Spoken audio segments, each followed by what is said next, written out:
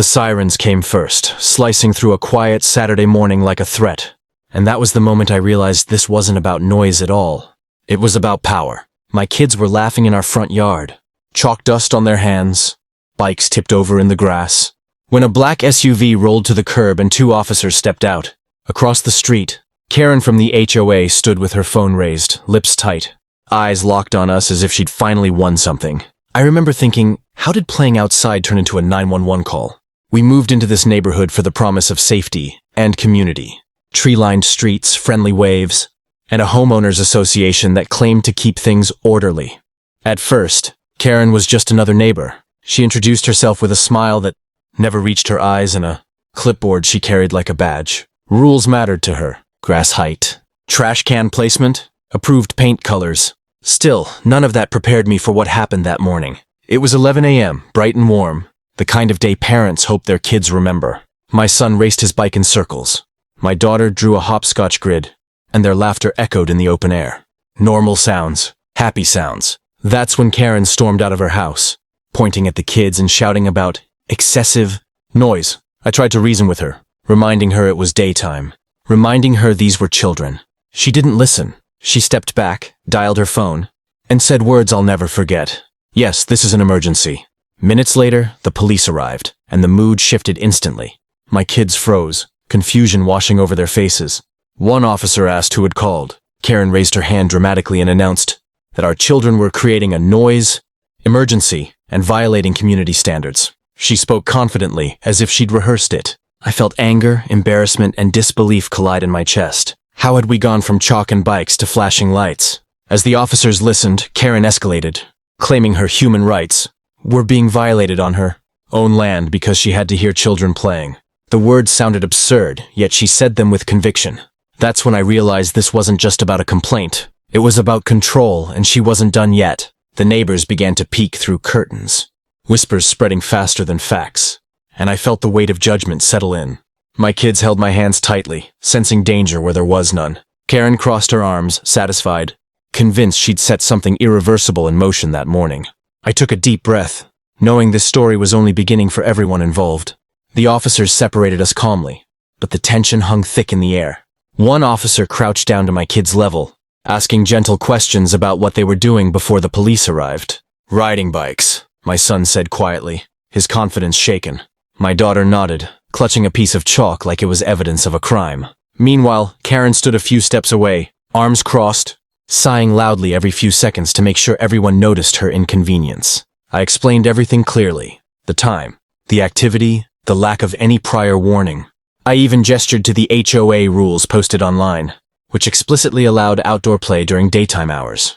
Karen interrupted repeatedly, accusing me of twisting the rules and claiming she had medical sensitivity to noise. Then her story shifted. Suddenly it wasn't just noise anymore. She said the kids were targeting her, that their laughter was harassment, and that she felt unsafe in her own home. The words spilled out faster, more dramatic with each sentence. One officer asked Karen a simple question. Ma'am, did you try speaking to them before calling 911? Karen hesitated, then snapped that she shouldn't have to, because the HOA existed to prevent situations like this. She insisted that calling the police was her right and that our behavior violated her human rights. Hearing that phrase again made my stomach drop. It sounded official, dangerous, and completely disconnected from reality. The officers stepped aside to talk privately. Neighbors gathered at a distance now, some pretending to check mail, others openly staring. A few parents shook their heads in disbelief. One older man whispered, "This is ridiculous," loud enough for Karen to hear. She shot him a glare sharp enough to cut glass. When the officers returned, their tone was firm but controlled. They explained that children playing outside during daytime hours did not constitute a noise emergency. They reminded Karen that misuse of emergency services was a serious issue. Her face turned red and she immediately changed tactics. She demanded that the HOA fine us instead, arguing that rules were rules. She even suggested the officers make a note on our address for future incidents. That's when something unexpected happened. One officer asked if I wanted to file a complaint for harassment. Karen laughed nervously, clearly not expecting that option. The power dynamic shifted in that moment. The clipboard, the confidence, the authority she thought she had all began to crumble. Karen muttered that she was just protecting the community, but her voice lacked its earlier certainty. As the police prepared to leave, they reassured my kids that they hadn't done anything wrong. Watching their shoulders relax was both comforting and infuriating. Karen retreated to her house, slamming the door hard enough to echo down the street. I thought it was over. I was wrong.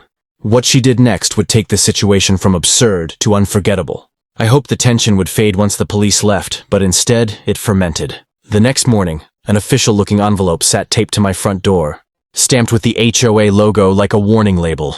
Inside was a notice of violation, accusing us of repeated noise disturbances, disorderly conduct, and creating a hostile environment for other residents. At the bottom, in bold letters, was a fine and a threat of further action if non-compliance continued. Karen's fingerprints were all over it, even if her name wasn't. I attended the HOA meeting that week, determined not to let fear or embarrassment silence me. The room was packed, more than usual. Parents, retirees, and even people who normally avoided these meetings filled the chairs. Karen sat at the front beside the HOA board, nodding along as if she were an expert witness. When it was my turn to speak, my hands shook, but my voice didn't. I described the police call, the accusations, and the impact it had on my children. I explained how my kids now asked if they were allowed to laugh outside. Karen interrupted, claiming she felt terrorized by the noise, and that the board had a duty to protect her rights. She used words like psychological harm and discrimination, stretching them thin but hoping no one would notice. Then something remarkable happened. Other neighbors stood up. One by one they shared their own stories. Karen complaining about birthday parties. Karen timing lawnmowers. Karen calling security over basketballs bouncing. A pattern emerged, undeniable and uncomfortable.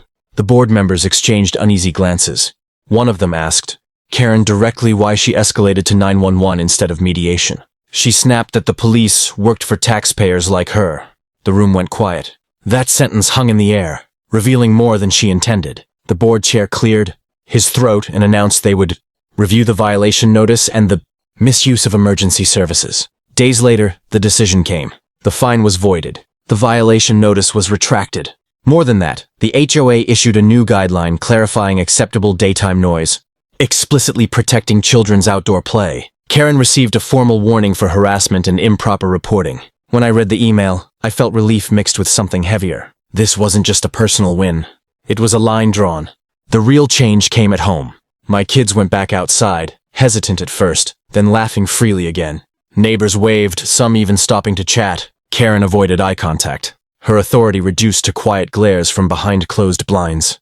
I realized then how close we'd come to letting one person's obsession reshape our lives. Standing up had been terrifying, but staying silent would have been worse. And just when we thought it was finally over, Karen made one last move no one saw coming. Just when peace seemed restored, Karen escalated one final time, and this time she aimed higher.